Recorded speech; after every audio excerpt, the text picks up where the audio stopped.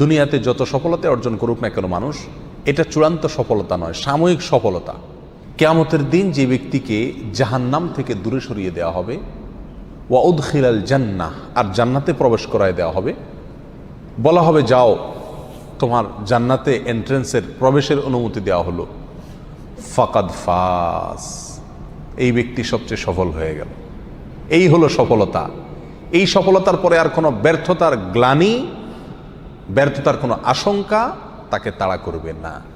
যে ব্যক্তি একবার প্রবেশ করবে জান্নাতে, আর সেখান থেকে সেই নেয়ামত তার কাছ থেকে কখনো ছিনিয়ে নেওয়া হবে না। আল্লাহ তাআলা আমাদের সবাইকে জান্নাতের অধিবাসী হওয়ার তৌফিক দান করুন।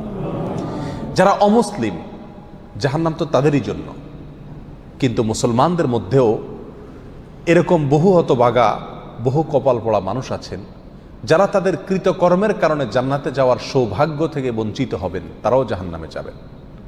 রাসূল আকরাম সাল্লাল্লাহু আলাইহি ওয়াসাল্লামের বিভিন্ন হাদিস থেকে সেরকম 17টি শ্রেণীর কথা আজ আমরা উল্লেখ করব, যেই 17 শ্রেণীর লোক এরা জান্নাতে ঢুকে চূড়ান্ত সফলতা এবং সার্থকতা অর্জন করবার সৌভাগ্য থেকে বঞ্চিত হবে, বরং এরা জাহান্নামে যাবে। এরপরে তাদের সেখানে শাস্তি হওয়ার পরে কোনো কালে আল্লাহ সুবহানাহু ওয়া তাআলার দয়া হলে তখন তারা জান্নাতে আসবে। তাহলে মুসলিম হয়েও যে সমস্ত লোকেরা জান্নাতে যাওয়ার সৌভাগ্য অর্জন করবে না, এই সৌভাগ্য থেকে বঞ্চিত হবে সেই হতভাগা লোকদের ভিতরে 1 নম্বর হলেন অবৈধভাবে হারাম পথে উপার্জন করে যে ব্যক্তি দেহ গঠন করেছে, ওই দেহ জান্নাতে প্রবেশ করবে না। ওই দেহের জন্য জান্নাত হারাম, নো এন্ট্রি। সে যতই ভালো কাজ করুক না কেন, তার দেহ যদি হারাম খাদ্য দিয়ে তৈরি হয়, তাহলে সেই দেহ জান্নাতে প্রবেশ করবে না। এ বিষয়ে নবী আলাইহিস সালামের বহু হাদিস রয়েছে। নাম্বার 2, আত্মীয়তার সম্পর্ক ছিন্নকারী ব্যক্তি, যেই কোনো অজুহাতেই হোক না কেন, নিজের ভাইয়ের সাথে, নিজের বোনের সাথে, মায়ের সাথে, বাবার সাথে, ফুফুর সাথে, চাচার সাথে, মামুর সাথে, খালার সাথে, চাচাতো ভাই বোনের সাথে, ফুফুর সাথে সংশ্লিষ্ট যারা আছে তাদের সাথে, এক কথায় রক্ত সম্পর্কীয় যত আত্মীয় আছে তাদের সাথে, এবং কি শ্বশুরবাড়ির লোকজন আছে, কোনো যুক্তিসঙ্গত কারণ ছাড়া তাদের সাথে আপনি সম্পর্ক ছিন্ন করলেন। আত্মীয়র সাথে সম্পর্ক যে ব্যক্তি ছিন্ন করে, এই ব্যক্তির জন্য জান্নাতে প্রবেশের সুযোগ নাই। নবী আলাইহিস সালাম বলেছেন, লা ইয়াদখুলুল জান্নাতা কাতি', যে ব্যক্তি আত্মীয়তার সম্পর্ককে ছিন্ন করে ফেলে, কোনো সম্পর্ক রাখে না, কথাবার্তা বন্ধ করে দেয়, উঠা বসা বন্ধ করে দেয়, এই ব্যক্তি জান্নাতে প্রবেশ করবে না। আপনার জান্নাতে যাওয়ার স্বার্থেই আপনাকে রক্ত সম্পর্ক আত্মীয়দের সাথে কি করতে হবে? সম্পর্কটাকে রক্ষা করে রাখতে হবে। তৃতীয়ত, মুসলিম হয়েও যে ব্যক্তি জান্নাতে প্রবেশ করতে পারবে না ভাই, তিনি হলেন ওই ব্যক্তি যে তার প্রতিবেশীকে কষ্ট দেয়। পাশের জমিনওয়ালার আইল ঠেলাঠেলি করে, পাশের বাড়ির লোকের ছাদের উপরে ময়লা ফেলে, জোরে সাউন্ড দিয়ে গান শুনে পাশের প্রতিবেশীর কষ্ট হয়। এক কথায় প্রতিবেশীকে যারা কষ্ট দেয়, এই লোকগুলো জান্নাতে যাবে না। এ বিষয়ে সহিহ মুসলিমের ভিতরে সুস্পষ্ট হাদিস রয়েছে, যে হাদিসের আলোকে জানা যাচ্ছে যে যে ব্যক্তি তার প্রতিবেশীকে কষ্ট দেয়, সে জান্নাতে প্রবেশ করতে পারবে না। অতএব আমার আশেপাশে যারা বসবাস করবে, প্রতিবেশী যারা থাকবেন, তাদের সাথে সম্পর্ক ভালো রাখার চেষ্টা করতে হবে। সম্পর্ক ভালো রাখতে পারেন আর না পারেন, অন্তত আপনার কোনো আচরণ দ্বারায়, আপনার কোনো কাজ দ্বারা যেন তাদের কোনো কষ্ট না হয়। নাম্বার 4, মা বাবার অবাধ্য সন্তান, যেই সন্তান তার মা বাবার ন্যায্য নির্দেশকে অমান্য করে, লঙ্ঘন করে, পাত্তা দেয় না, মানে না, এই সন্তানের জন্য জান্নাত নিষেধ। সে যত নেকামল করুক, সে যত ভালো কাজ করুক, যত নামাজ কালাম পড়ুক, কপালে দাগ ফেলায় দেখ, কোনো ফায়দা নাই, তার জান্নাতে যাওয়ার সুযোগ নাই যদি সে কি করে? মা বাবার নির্দেশকে লঙ্ঘন করে। আল্লাহ এবং তার রাসূলের নির্দেশের পরেই আল্লাহর জমিনে যদি কারণ নির্দেশ মানা জরুরি হয়, বাধ্যতামূলক হয়, তিনি হলেন কে? মা এবং বাবা। যদি তারা আল্লাহর নির্দেশের বাইরে কিছু করতে বলে, অন্যায় করতে বলে, তাহলে সেটা মানা যাবে না। অযৌক্তিক কিছু করতে বললেও সেটা মানা যাবে না, কিন্তু যুক্তিসঙ্গত যত নির্দেশ করবে সেটা আপনাকে মানতে হবে। আর যদি সেটা মানা আপনার জন্য অসম্ভব হয়, আপনার সাধ্যের বাইরে কোনো কিছু নির্দেশ করে, তাহলে তো আর আপনার কিছু করার নাই। তবে কোনো অবস্থাতে ব্যবহার খারাপ করা যাবে না। মা বাবার সাথে যারা সম্পর্ক নষ্ট করে, তারা জান্নাতে যেতে পারে না। মুস্তাদরাক হাকিমের বিষয়ে হাদিস রয়েছে। নাম্বার 5, মুসলমান হয়েও যারা জান্নাতে যেতে পারবে না, তাদের ভিতরে 5 নম্বর ব্যক্তি হলো ভাই অশ্লীল ভাষায় কথা বলে যে, গালিগালাজ করে যে, কথায় কথায় আজে বাজে মন্তব্য করে এবং উগ্র মেজাজি, মানুষকে সবসময় দমায় রাখার চেষ্টা করে, দাবায় রাখার চেষ্টা করে, কখনো মানুষকে পাত্তা দেয় না, সাইড দেয় না, সবসময় সেই উপরে থাকার চেষ্টা করে, গোয়ার কিসিমের লোক যেটাকে বলা হয়। স্পষ্টভাবে হাদিসের ভিতরে এসছে যে এই শ্রেণীর লোক কি করবে না, জান্নাতে যাবে না। সুনান আবু দাউদ এবং অন্যান্য হাদিসের কিতাবে হাদিস রয়েছে। মুসলমান হয়েও যারা জান্নাতে যাবে না, সেই লোকদের মধ্য থেকে 6 নম্বর হলেন সেই সমস্ত শাসকেরা, সেই সমস্ত নেতারা যারা তাদের প্রজাদেরকে, যারা তাদের অধীনস্থ লোকদেরকে ধোঁকা দেয়। আজ দুনিয়ার কয়জন শাসক এর থেকে বাঁচতে পারবে সেটা আল্লাহ ভালো জানেন। বলেন একটা, করেন আরেকটা, নির্বাচনের আগে ওয়াদা করেন একটা, ধোঁকা দেন, পরে আর সেটা পালন করেন না। তো সে সমস্ত শাসকেরা যারা তাদের প্রজাদেরকে, অধীনস্থদেরকে ধোঁকা দেয়, তারাও জান্নাতে প্রবেশ করতে পারবে না। এই বিষয়ে সহিহ বুখারীতে হাদিস রয়েছে। 7 নম্বর, মুসলমান হয়েও যে ব্যক্তি জান্নাতে যাবে না সে হলো অন্যের সম্পদ যে আত্মসাৎ করে। প্রথম শ্রেণীটা ছিল যে হারাম মাল ভক্ষণকারী, সেটা আল্লাহর হক নষ্ট করে হতে পারে। আর এই 7 নম্বর পয়েন্টটা হলো যে কোনো মানুষের হক আপনি নষ্ট করে টাকা কামাই করলেন, যেভাবেই হোক, সেটা ধোঁকা দিয়ে হোক, প্রতারণা করা হোক, হাওলাত নিয়ে আটকায় দিয়ে হোক, চান্সে চুরি করে হোক, অথবা চিটারি করে হোক, যেই কোনোভাবে অন্যের সম্পদ যদি আত্মসাৎ করেন গায়ের জোরে বা বুদ্ধির জোরে, আর করে সেটা আপনি দখল করে ফেলেন, তো মনে রাখবেন এই ব্যক্তির জন্য জান্নাতে যাওয়ার কোনো সুযোগ নাই। নাম্বার 8, উপকার করেও যে ব্যক্তি খোঁটা দেয়, কাউকে উপকার করছে, করে কি করে, খোঁটা দেয়, এই ব্যক্তি জান্নাতে যাবে না। মদ পানকারী ব্যক্তির কথাও আছে হাদিসে সুনান নাসাইর, যে উপকার করে কাউকে খোঁটা দিলেন, উপকার করছেন, জীবনে কোনোদিন বলতে পারবেন আমি তোমার জন্য করছি, তাহলে আল্লাহর কাছ থেকে তো বিনিময় পাবেনই না, উপরন্ত শাস্তি হিসাবে জান্নাতেও আপনার প্রবেশের সুযোগ থাকবে না। সাবধান, কারোর জন্য কিছু করেছেন জীবনে, মুখের বাহির সেটা কোনোদিন করা যাবে না। আর যদি করছেন তাহলে এই উপকার করার চাইতে না করা আপনার জন্য ভালো ছিল, কারণ না করলে আপনি কোনো গুনাহগার হতেন না, কিন্তু করার কারণে, করে খোঁটা দেওয়ার কারণে আপনি জাহান্নামী হচ্ছেন, গুনাহ করছেন। আল্লাহ তাআলা আমাদেরকে হেফাজত করুন। নাম্বার 9, চগলখোর ব্যক্তি। ভাই, চগলখোর যে ব্যক্তি এর কথা ওর কাছে লাগায়, ওর কথা এর কাছে লাগায়, সবার কাছে ভালো থাকার চেষ্টা করে, মুনাফিক কিসিমের লোক, এরা সমাজের সমস্ত ঝগড়া ফাসাদ লাগানোর ক্ষেত্রে মূল ভূমিকা রাখে। আল্লাহ মাফ করুন, এই চরিত্র আমাদের অনেকের ভেতরেই কম বেশ আছে। এই চগলখোর লোক জান্নাতে প্রবেশ করবে না, সহিহ মুসলিম হাদিসে রয়েছে। নাম্বার 10, অন্যের পিতাকে যে নিজের পিতা বলে পরিচয় দেয়। অনেক পালক পুত্র আছে নিজের জন্মদাতা বাবাকে বাবা হিসাবে পরিচয় দেয় না, যে লালন পালন করে তাকে বাবা হিসাবে পরিচয় দেয়। তো অন্যের পিতাকে যদি নিজের পিতা হিসাবে পরিচয় দেয়, এই ব্যক্তিও জান্নাতে প্রবেশ করবে না, এবং সহিহ বুখারীতে হাদিস রয়েছে, যদিও সে কি হয়, মুসলমান হয়।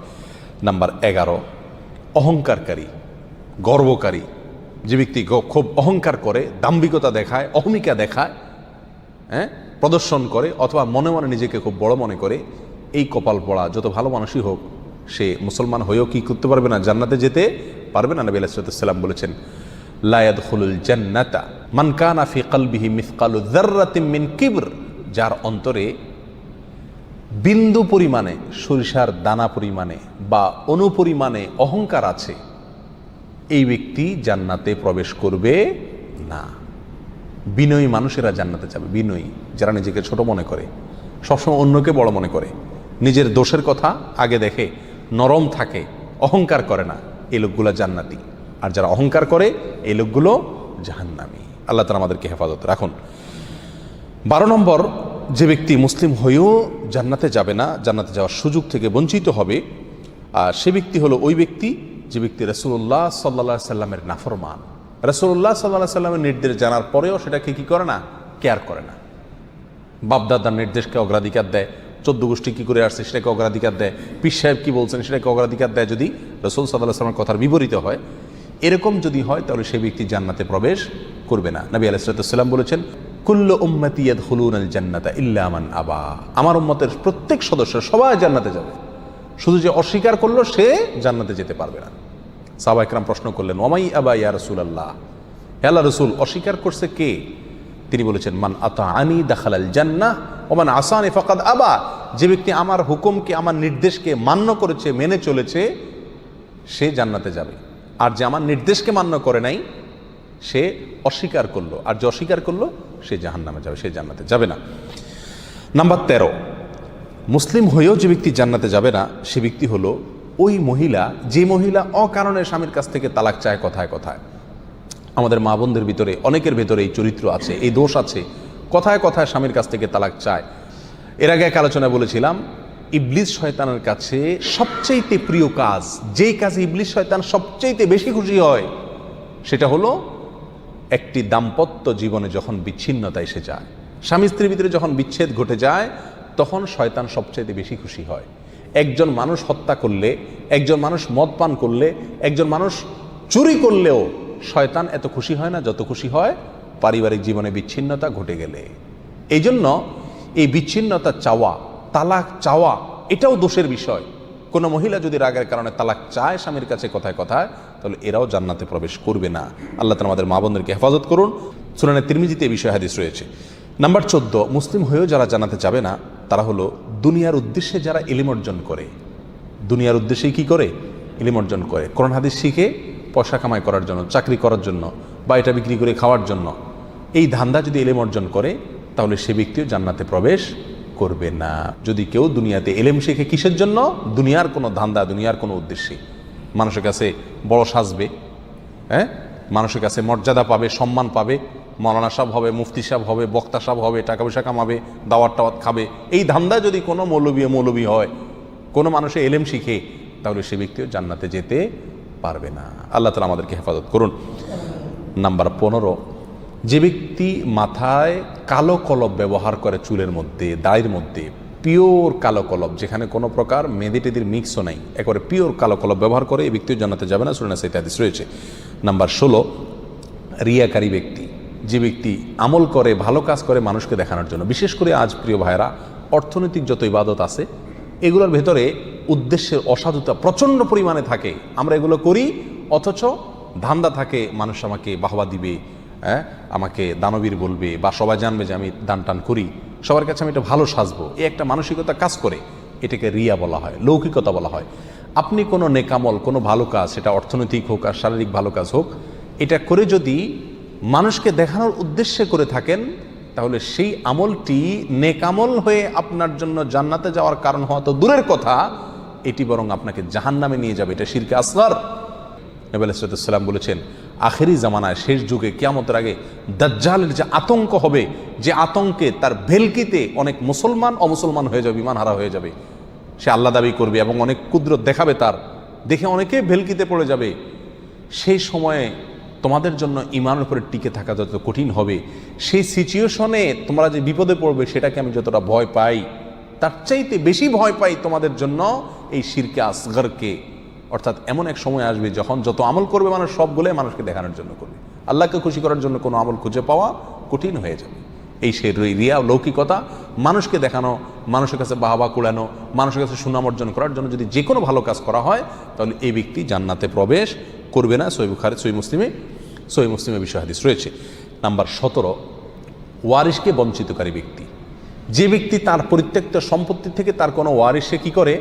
মাহরুম করে, এই ব্যক্তি জান্নাতে যাবে না। সূরা ইবনে মাজাতে এই বিষয় হাদিস রয়েছে। সম্মানিত ভাইয়েরা, কোনো ওয়ারিশ, আপনার কোনো সন্তান, আপনার কোনো ওয়ারিশ, সে যদি অন্যায় করে, আপনাকে শরীয়ত অধিকার দেয় নাই এটা বলে যাওয়ার যে আমি মরার পরে তাকে আমার কোনো সম্পত্তির ভাগ দিবা না। বহু মা বাপ এই কাজটি করেন, অনেক অভিভাবকরা এই কাজটি করেন, বলে যান মৃত্যুর আগে আমি মারা যাওয়ার পরে সে আমার লাশের কাছে আসবে না, আমার জানাজা পড়তে আসবে না, সে এগুলোর চেয়ে বড় কথা হলো সে আমার সম্পত্তিতে কোনো ভাগ পাবে না, সেজন্য ভিটাতে না আসে। মনে রাখতে হবে, আপনার ঘরে জন্ম নেওয়ার কারণেই আল্লাহ সুবহানাহু ওয়া তাআলা অধিকার দিয়েছেন আপনার সম্পত্তিতে তার হক আপনার মৃত্যুর পরে সে পাবে। সে যদি মন্দ হয় তার হিসাব আল্লাহ নেবেন, কিন্তু আপনি তাকে পরিত্যক্ত সম্পত্তি থেকে বঞ্চিত করার অধিকার আপনাকে ইসলাম দেয় নাই। কোনো সন্তানকে তেজ্য পুত্র করা এই জন্য শরীয়তের কাছে গ্রাহ্য বিষয় নয়। প্রচলিত আইনে হতে পারে তেজ্য পুত্র, আমি জানি না, কিন্তু ইসলামের দৃষ্টিতে তেজ্য পুত্র করার কোনো সুযোগ নাই। হ্যাঁ, অমুসলিম হলে সে সম্পত্তি পাবে না, সেটা ভিন্ন বিষয়, কিন্তু যতক্ষণ পর্যন্ত মুসলিম থাকবে ততক্ষণ পর্যন্ত পরিত্যক্ত সম্পত্তি কী করা যাবে না, বঞ্চিত করা যাবে না। যদি কেউ করে তাহলে সে কী হবে না, জান্নাতে প্রবেশ করতে পারবে না। এই 17 শ্রেণীর লোক এরা মুসলিম হয়েও কি করতে পারবে না ভাই? জান্নাতে যেতে পারবে না। এর ভিতরে বেনামাজি, তার কথা তো বলাই বাহুল্য, কারণ ইচ্ছাকৃত নামাজ যদি ত্যাগ করে সব সময়, তাহলে তো ওলামা একরামের অনেকের মতে সে মুসলমানই না। আমরা এখানে বলেছি যে মুসলমান 5 ওয়াক্ত নামাজ কালাম পড়ে এরপরেও জাহান্নামে যাবে যারা, তারা হলো 17 শ্রেণীর লোক। আমরা এক নজরে আবারও বলে দিচ্ছি, হারাম খাদ্য যে গ্রহণ করে, 1, 2 আত্মীয়তার সম্পর্ক ছিন্ন করে যে, নাম্বার 3 প্রতিবেশীকে যে কষ্ট দেয়, নাম্বার 4 মা বাবার অবাধ্য সন্তান, মা বাবার কথা শোনে না সে, নাম্বার 5 উগ্র মেজাজি, তেড়া, গোয়ার, সবাইকে দমায় রাখে, এই টাইপের লোক। নাম্বার 6 অধীনস্থদেরকে, প্রজাদেরকে, যে সমস্ত শাসকেরা, যে সমস্ত রাজারা, যে সমস্ত রাষ্ট্রপ্রধানেরা, সরকার প্রধানেরা বা যে যে লেভেলে আছে সে তার প্রজাদেরকে ধোঁকা দেয় যে তারা। নাম্বার 7 অন্যের সম্পদকে অন্যায়ভাবে আত্মসাৎকারী ব্যক্তি। নাম্বার 8 উপকার করে কারোর খোঁটা দেয় যে ব্যক্তি, সে জান্নাতে যাবে না। নাম্বার 9 চগলখোর ব্যক্তি জান্নাতে যাবে না, মানুষের পিছনে কথা লাগায় বেড়ায় একজনের আরেকজনের কাছে। নাম্বার 10 অন্যকে নিজের পিতা হিসাবে, নিজের বাবাকে না বলে পরিচয় না দিয়ে অন্যকে নিজের বাবা হিসাবে, পিতা হিসাবে পরিচয় দেয় যে ব্যক্তি, সে। নাম্বার 11 গর্ব এবং অহংকার করে যে ব্যক্তি, যার মনের ভিতরে অহংকার আছে, সে জান্নাতে প্রবেশ করবে না। নাম্বার 12 রাসূলুল্লাহ সাল্লাল্লাহু আলাইহি সাল্লামকে যে ব্যক্তি ফলো করে না, তার নির্দেশকে মান্য করে না, সেই ব্যক্তি। নাম্বার 13 অকারণে তালাক কামনা করে, তালাক চায় যে মহিলা, সেই মহিলা। নাম্বার 14 দুনিয়াবি উদ্দেশ্যে যারা এলেম শিখে, কোরআন হাদিস শিখে, এলেম অর্জন করে, আলেম হয় দুনিয়াবি উদ্দেশ্যে, দুনিয়ার কোনো ধান্দায়, আল্লাহকে খুশি করা ছাড়া অন্য কোনো ধান্দায়, তারা। নাম্বার 15 চুলে বা দাড়িতে কোনো জায়গায় কালো কলব, পিওর কালো কলব ব্যবহার করে যারা, তারা। এবং নাম্বার 16 যে কোনো ভালো কাজ করে সেখানে মানুষকে দেখানো, এটা ফলাও করা, প্রচার করা, এই উদ্দেশ্য থাকে যাদের, তারা। নাম্বার 17 ওয়ারিশকে বঞ্চিত করে তার হক থেকে, এরকম অভিভাবক। এই শ্রেণীর লোকেরা মুসলমান হয়েও জান্নাতি হতে পারবে না। আল্লাহ তাআলা আমাদের সবাইকে এই দুর্ভাগাদের তালিকা থেকে আমাদের নামগুলোকে বের করে আনার তৌফিক দান করুন। চেষ্টা করব এই 17 শ্রেণীর কোনোটিতে যাতে আমার নাম না থাকে, এটাকে টাঙায় রাখবো, ঝুলায় রাখবো লিস্টটাকে, এবং আমার ভেতরের কোনো পয়েন্ট আছে কিনা সেটা দেখে যাচাই করে সেখান থেকে নিজেকে বের করে আনবো ইনশাআল্লাহ। এরপরে আল্লাহ সুবহানাহু ওয়া তাআলার কাছে জান্নাত চাইতে পারবো, আশা করতে পারবো জোরালোভাবে। আল্লাহ সুবহানাহু ওয়া তাআলা আমাদের সবাইকে আখিরাতে কিয়ামতের দিন একেবারে ফার্স্ট চান্সে, প্রথম চান্সেই জান্নাত যেন আমরা লাভ করতে পারি, জাহান্নাম থেকে মুক্তি নসিব যেন হয়, সেই তৌফিক দান করুন। দাসীর সাথে সহবাস জায়েজ হলে টাকা দিয়ে পতিতালয়ে গেলে কি গুনাহ হবে? কারণ তখন তো সাময়িক সময়ের জন্য দাসী কেনা হয়।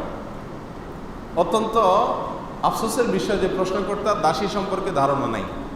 কৃত দাসী, সাধারণ দাসী না, কৃত দাসীর সাথে সহবাস করা জায়েজ আছে, স্ত্রীর মতো আচরণ করা জায়েজ আছে। কার জন্য? ওই কৃতদাসীর যে মালিক তার জন্য। কৃতদাসীকে তিনি মনে করেছেন কৃতদাসী মানে হলো বাসার কাজের লোক, নাউজুবিল্লাহ। কৃতদাসী হলো যুদ্ধের পরে, মনে করেন মুসলিমদের সাথে অমুসলিমদের যুদ্ধ হলো, সেই যুদ্ধের পরে পরাজিত যারা, তাদের মধ্য থেকে যারা বন্দী হয়ে চলে আসছে, যুদ্ধবন্দী, এদের মধ্যে পুরুষদেরকে বলা হয় কৃতদাস আর মেয়েদেরকে বলা হয় কৃতদাসী। তাহলে যুদ্ধবন্দী হিসাবে গ্রেপ্তার হয়ে কোনো একটা পক্ষের হাতে না আসলে তাকে কৃতদাসী বলা। যদি একটা লোক কাজের লোক হয়, কাজের বুয়া হয়, হ্যাঁ, পুরুষ হোক মহিলা হোক, সে কখনো কৃতদাস কৃতদাসী না। কৃত দাস কৃতদাসী যাকে ক্রয় করা হয়, বিক্রয় করা হয়, এই অপশন আছে।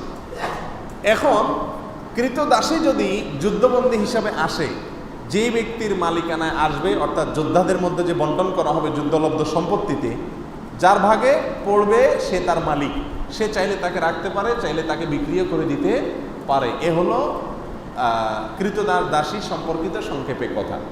এখানে কৃতদাসীর সঙ্গে সহবাস করাকে ইসলাম অ্যালাউ করেছে কেন? এটা নিয়ে আমাদের নাস্তিক ভাইদের বা নাস্তিক বন্ধুদের প্রশ্নের কোনো শেষ নেই। তারা বলে, হ্যাঁ, একজন কৃতদাসীর সাথে ইসলাম সহবাস করাকে কীভাবে বৈধ করেছে? কেন বৈধ করেছে আমি সংক্ষেপে শুধু বলতে চাই। মনে করুন বাংলাদেশের মানুষের সাথে অন্য কোনো দেশের মানুষের যুদ্ধ হলো, যুদ্ধে যারা গ্রেপ্তার হয়ে বাংলাদেশের মানুষের কাছে চলে আসলো, তাদেরকে যদি পরাজিত শক্তি যারা, তারা তাদের যুদ্ধবন্দীদেরকে নেওয়ার জন্য কোনো চুক্তিতে আসতে পারলো না, যে কোনোভাবে নিতে পারলো না, ফেরত নিতে পারলো না। এখন এই লোকগুলা যুদ্ধবন্দী হিসাবে যাদের হাতে আছে তাদের কাছে কিভাবে থাকবে? ছেলেদেরটা তো যেমন তেমন কাজকাম করলো, সমস্যা নেই। মেয়েরা তো বাসা বাড়িতে থাকবে। তাহলে এই মেয়েটা বাসা বাড়িতে থাকলে তার নিরাপত্তার কোনো রাস্তা আছে? কোনো রাস্তা নেই। একজন নিরীহ মেয়ে যদি আপনার বাসায় থাকে, আপনার ভেতরকার পশুত্ব তার প্রতি হামলে পড়ার জন্য আপনাকে প্ররোচিত করবে কি করবে না? এটা হলো ন্যাচারাল বিষয়, এটাকে অস্বীকার করার কোনো সুযোগ নেই, এটা বাস্তবতা। এই জন্য ইসলাম বিধান রেখেছে যে ওই ব্যক্তি যিনি সেই কৃতদাসীটাকে পাবেন, তার ভাগে বন্টন করা হবে, তাকে দেওয়া হবে রাষ্ট্রপ্রধানের পক্ষ থেকে, সেই ব্যক্তির স্ত্রীর মতো হয়ে যাবে। এই কৃতদাসী তার জন্য কি হয়ে যাবে? স্ত্রীর মতো হলে তার সন্তান, তার ভাই, তার অন্য কোনো লোক তার দিকে লোলুপ দৃষ্টিতে তাকাবার কোনো স্কোপ থাকবে না। এটা হলো তার জন্য এক ধরনের নিরাপত্তা নিশ্চিত করা। আমি কি বুঝাতে পারছি? এই লোকটা যদি তাকে বিক্রি করে দেয়, কেমন যেন একজন মেয়েকে তালাক দিয়ে আরেক জায়গায় বিয়ে দেওয়ার মতো। তখন যিনি কিনলেন ওই ব্যক্তি তার জন্য ওই প্রথম ব্যক্তির মতো স্বামীর জায়গায় থাকবে। শুধু তাই নয়, ইসলামী শরিয়ার বিধান হলো এই মহিলা থেকে যদি কোনো বাচ্চা হয় ওই ব্যক্তির, তাহলে সেই বাচ্চা হওয়ার সঙ্গে সঙ্গে এই মহিলা চিরকালের জন্য সাধারণ কৃতদাসীর নাম থেকে বের হয়ে যাবে। অর্থাৎ এই মহিলাকে আর সে চাইলে আপনার কি করতে পারবে না, বিক্রি করতে পারবে না। তাহলে কৃতদাসী এক জিনিস আর কাজের বুয়া আরেক জিনিস। আপনি কৃতদাসীর সাথে সহবাস করা যায় সেজন্য পতিতালয়ে যাওয়াকে জায়েজ বলবেন, এটা মূর্খতা ছাড়ার কিছু না। আল্লাহ তাআলা